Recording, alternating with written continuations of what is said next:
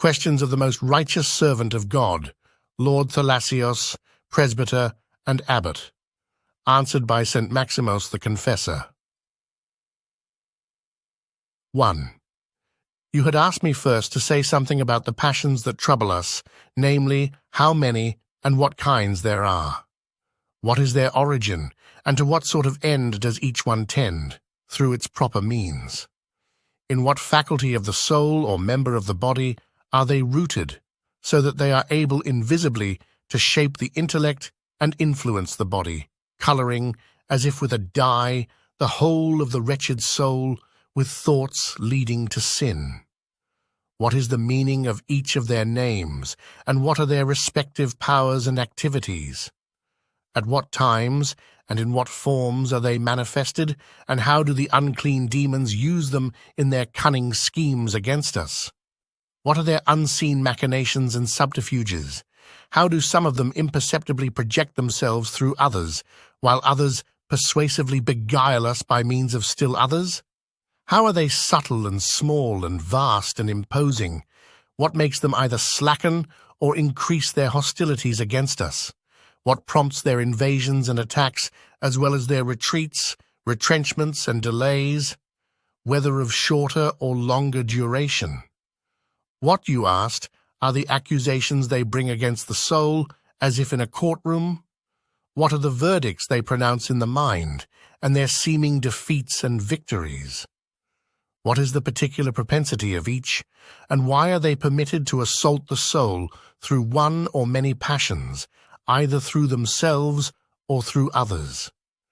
How do they instantly usher in with themselves their own appropriate matter, by means of which they secretly mount their bitter war against us, so that we pursue things having no existence as if they were present, and either act impulsively because of these material fantasies, or avoid them altogether, suffering the former action through our love of pleasure, and the latter through our fear of pain? What is the mode of their existence within us, and of the diverse and convoluted fantasies they stir up in our dreams, when we are sleeping? Are they confined to only one part of the soul or body, or do they pervade the whole soul and the whole body? And if, on the one hand, they are interior to us, do they use the natural passions to persuade the soul to take into itself exterior realities through the intermediary of the body, deceiving the soul so that it might be completely subjected to sensation and abandon what is proper to itself? Or if, on the other hand, they are exterior to us, do they use the body's contact with external realities to configure the invisible soul according to material objects, giving it a composite shape by imposing on it the form of the matter received through the imagination? Does there exist among them an order and a sequence wickedly contrived, so that certain demons first test the soul, after which others wage war on it? And which ones precede the others, and by which ones are they accompanied and followed? Or are they utterly confused and disordered, troubling the soul through random passions? Is it, moreover, apart from providence, that the soul is permitted to suffer such things by them, or does this happen according to providence? If the latter, what is the reason for which providence abandons the soul to a particular passion? And in what manner can each of the passions we have enumerated be removed from the soul? And by means of what works or words or thoughts is the soul freed from them and able to shake off the defilement of its conscience? What specific virtue does the soul need to oppose each passion in order to triumph over it, putting the wicked demon to flight and making it completely vanish along with the movements of the passion? Having been freed from the passions, how is the soul able rightly to examine the things that are proper to it?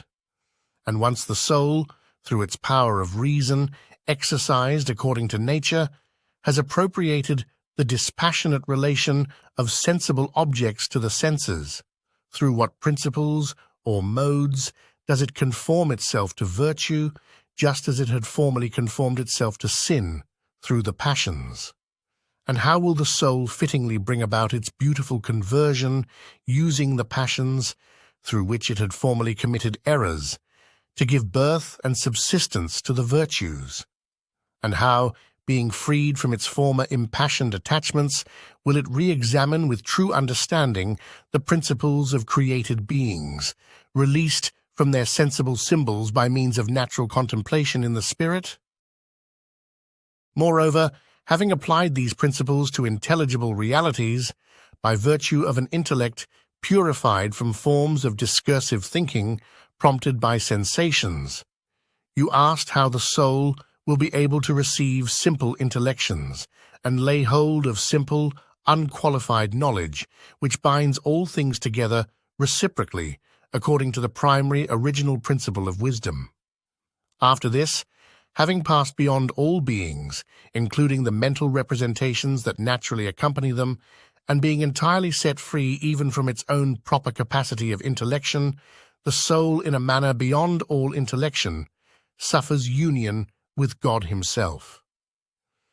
Through this union, the soul will ineffably receive from God the knowledge of real truth as if it were a seed, and will no longer change and turn to sin, since the devil will no longer have a way to beguile it persuasively toward evil through ignorance of that which is beautiful by nature, and which beautifies everything that has the capacity to participate in it. Though you asked about the principles, modes, and causes of these and other such things, and charged me to submit my responses to you in writing, I ask that your instructions notwithstanding, a discussion of these matters be deferred until God grants me, among other things, a more propitious opportunity to examine these matters and devote myself to them with greater industry. If indeed it should happen that I feel the intellectual capacity to be so bold as to dive into and swim across this great and deep sea. For I am not ashamed to say that I have never understood the labyrinthine wiles and devices of the unclean demons, surely because the dust of matter darkens the eyes of my soul, and allows me neither to see clearly the nature of created things, nor, using my power of reason, to distinguish beings from things that only seem to exist, and which deceive irrational sensation. Indeed, to inquire into such things and to speak of them is truly the work only of those who have an exceptionally contemplative and lofty mind, and who through long experience have acquired the ability to discriminate between good things and their opposites, and, what is greater than everything else, and far more precious, who have received from God the grace and power to understand correctly and express clearly all that has been grasped by the intellect. Nonetheless, so that my discourse on these matters will not remain completely lacking in supportive evidence with respect to this topic, I will offer a few thoughts about the origin of the passions, just enough to point out, to those among you who are men of true knowledge, the end from the beginning, after which I will proceed to an interpretation of the aforementioned passages from Holy Scripture. The definition of evil. Evil neither was, nor is, nor ever will be an existing entity having its own proper nature, for the simple reason that it has absolutely no substance, nature, subsistence, power, or activity of any kind whatsoever in beings. It is neither a quality, nor a quantity, nor a relation, nor place, nor time, nor position, nor activity, nor motion, nor state, nor passivity that can be observed naturally in beings. Indeed, it subsists in no way whatsoever in any beings according to their proper nature, for it is neither a beginning, nor a middle, nor an end. But so that I might speak as if encompassing it in a definition, evil is nothing other than a deficiency of the activity of innate natural powers with respect to their proper goal. Or again, evil is the irrational movement of natural powers towards something other than their proper goal, based on an erroneous judgment. By goal, I mean the cause of beings, which all things naturally desire, even if the evil one, by concealing his envy behind a counterfeit kindness, and by using a ruse to persuade man to redirect his desire to something in creation instead of its cause, has brought about ignorance of the cause. The first man, consequently, being deficient in the actual movement of his natural powers toward their goal, fell sick with ignorance of his own cause, and following the counsel of the serpent, thought that God was the very thing of which the divine commandment had forbidden him to partake. Becoming thus a transgressor and falling into ignorance of God, he completely mixed the whole of his intellective power with the whole of sensation, and drew into himself the composite, destructive, passion-forming knowledge of sensible things. It was thus that he was ranked among the irrational beasts and came to resemble them in every possible way, acting for, seeking after, and wishing for the very same things as they, and indeed surpassing them in their lack of reason by exchanging natural reason for something contrary to nature. Thus, the more that man was preoccupied with knowledge of visible things solely according to the senses, the more he bound himself to the ignorance of God, and the more he tightened the bond of this ignorance, the more he attached himself to the experience of the sensual enjoyment of the material objects of knowledge in which he was indulging. And the more he took his fill of this enjoyment, the more he inflamed the passionate desire of self-love that comes from it. And the more he deliberately pursued the passionate desire of self-love, the more he contrived multiple ways to sustain his pleasure, which is the offspring and goal of self-love. And because it is the nature of every evil to be destroyed together with the activities that brought it into being, he discovered by experience that every pleasure is inevitably succeeded by pain, and subsequently directed his whole effort toward pleasure, while doing all he could to avoid pain, fighting for the former with all his might, and contending against the latter with all his zeal. He did this believing in something that was impossible, namely, that by such a strategy he could separate the one from the other, possessing self-love solely in conjunction with pleasure, without in any way experiencing pain. It seems that, being under the influence of the passions, he was ignorant of the fact that it is impossible for pleasure to exist without pain. For the sensation of pain has been mixed with pleasure, even if this fact escapes the notice of those who experience it, due to the passionate domination of pleasure, since whatever dominates is of a nature always to be prominent, overshadowing the perception of what is next to it. Thus, the great and innumerable mob of passions was introduced into human life and corrupted it. Thus, our life became filled with much groaning. A life that honors the occasions of its own destruction, and which, out of ignorance, invents and cherishes excuses for corruption. Thus, the one human nature was cut up into myriad parts, and we who are of one and the same nature devour each other like wild animals. Pursuing pleasure out of self-love, and for the same reason being anxious to avoid pain, we contrive the birth of untold numbers of destructive passions. For example, if through pleasure we give heed to self-love, we give birth to gluttony, pride, vainglory, grandiosity, avarice, greediness, tyranny, haughtiness, arrogance, folly, rage, conceit, pomposity, contempt, insolence, effeminate behavior, frivolous speech, profligacy, licentiousness, ostentation, distraction, stupidity, indifference, derision, excessive speech, untimely speech, and everything else that belongs to their offspring. If, on the other hand, our condition of self-love is distressed by pain, then we give birth to anger, envy, hate, enmity, remembrance of past injuries, reproach, slander, oppression, sorrow, hopelessness, despair, the denial of providence, torpor, negligence, despondency, discouragement, faint-heartedness, grief out of season, weeping and wailing, dejection, lamentation, envy, jealousy, spite, and whatever else is produced by our inner disposition when it is deprived of occasions for pleasure. When, as the result of certain other factors, pleasure and pain are mixed together, resulting in depravity. For this is what some call the combination of the opposite elements of vice. We give birth to hypocrisy, sarcasm, deception, dissimulation, flattery, favoritism, and all the other inventions of this mixed deceitfulness. But you should know that here I cannot possibly enumerate and explain all of these things in terms of their proper forms, modes, causes, and occasions. When God grants me the strength, however, I shall take up the examination of each of these in a separate discussion.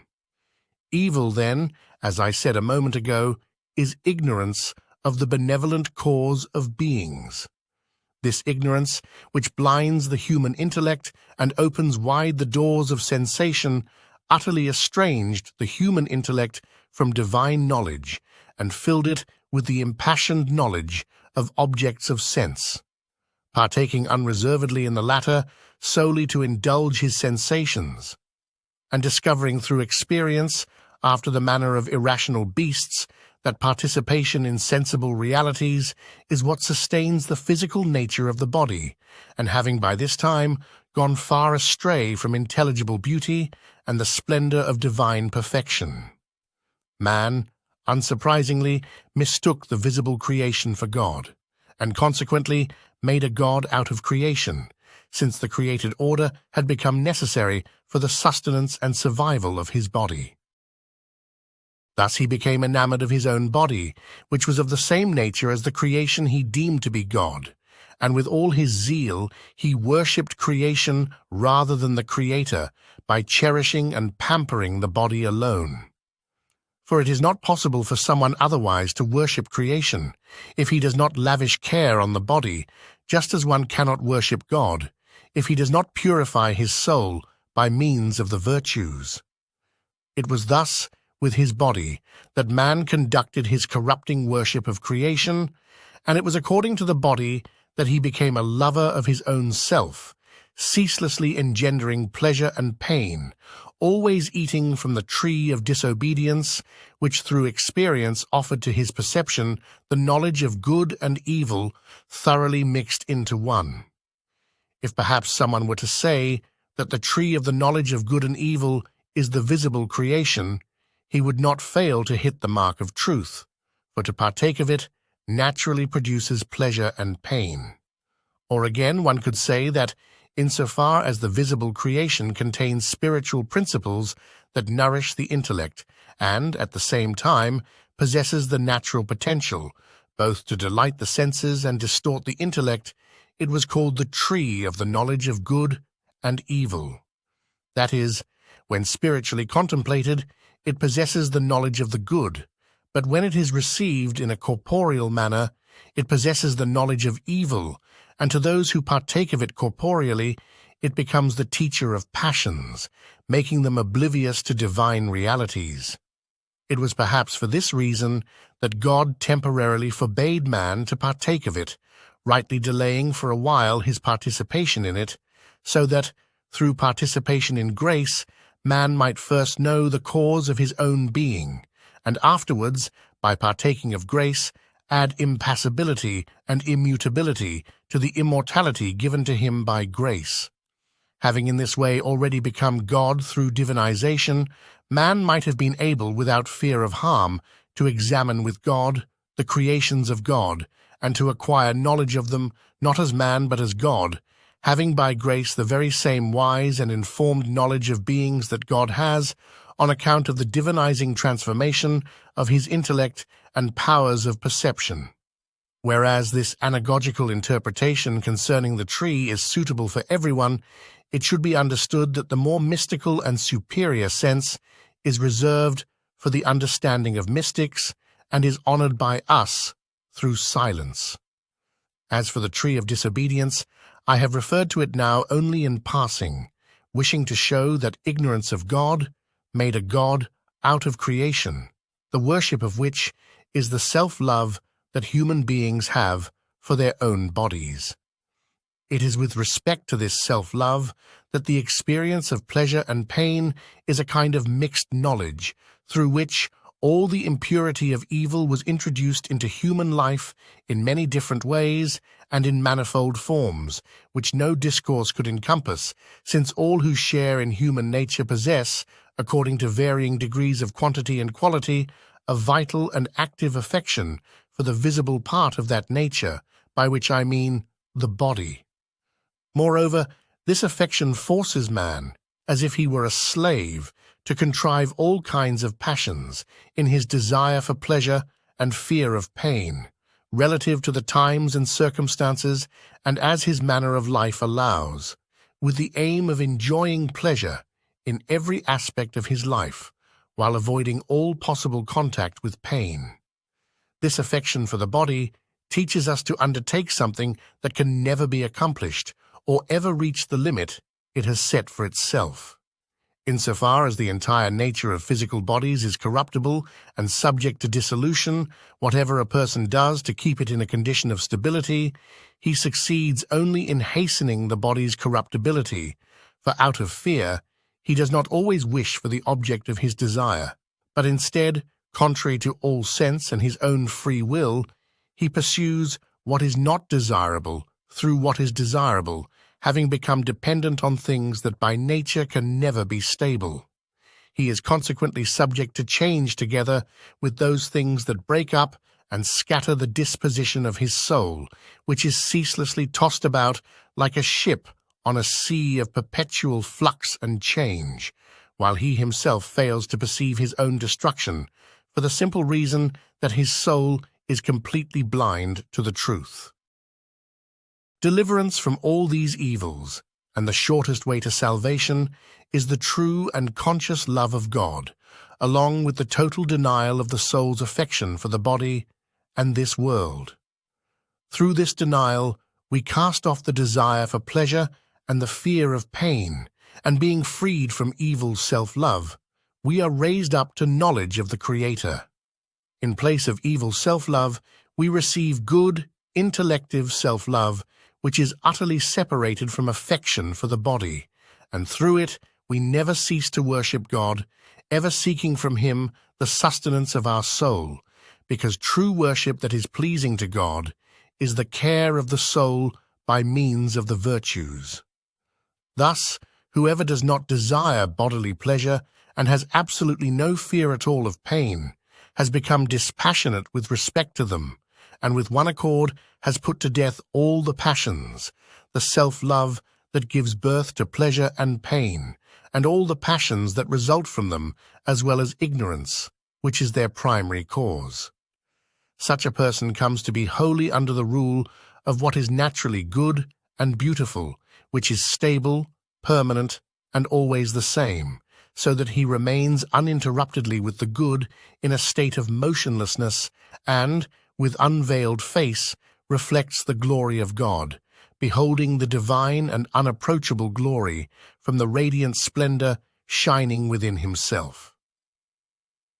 Since reason has shown us the right and easy way, which is followed by those who are being saved, let us deny as much as we can the pleasures and pains of this present life, and with much supplication let us teach those in our care to do the same, and thus we will be freed, and will free them from every idea of the passions and from every demonic wickedness. Let our sole aspiration be divine love, and nothing will be able to separate us from God, neither tribulation, nor distress, nor famine, nor peril, nor sword, nor anything else mentioned by the Holy Apostle in that passage. For through knowledge realized in action, this love will remain within us immutably, and God will grant us eternal, ineffable joy and sustenance of soul. And when we are deemed worthy of this love, we shall acquire an ignorance that preserves us from this world, no longer seeing the world with a carnal mind, as we once did, when the face of our senses was uncovered, and we mistook the superficial manifestation of sensible things as glory, when in reality it was the source of the passions. Instead, with the uncovered face of the mind, freed from every covering of sensation, we will reflect, through our virtues and spiritual knowledge, the glory of God, through which naturally comes about our union with God by grace, raising the intellect far beyond all ignorance and stumbling. For in the same way that being ignorant of God, we deified creation, which we came to know through the sensory enjoyment of sustaining the body from it, so too, having received the knowledge of God that is actually accessible to thought, since it is from Him that our soul derives its sustenance to exist well, and to exist eternally. Let us be ignorant of every experience of all sensation. The scholia are grammatical, critical, or explanatory comments. 1. He says that the flesh, through its external conduct, is the instrument indicating the soul's disposition toward virtue, and that it has been bound to the soul for the manifestation of virtue. 2. Sense perception, he says, conveys to the intellect the images of visible realities, so that it might comprehend the inner principles in beings, because sense perception is an instrument for the intellect's passage to intelligible realities. 3. He says that the characteristic property of love is to show that all who seek for it possess the same inclination of will. 4. When the intellect has passed beyond the substance of intelligible realities, it becomes ignorant, for it is drawing near to God, who, according to essence, is beyond both knowledge and intellection. 5. The Word of God grants different gifts in a manner consistent with the dispositions of the souls of those who receive Him. 6. It is in the mind that the demons wage their invisible wars against us, as if the material realities were actually present. 7.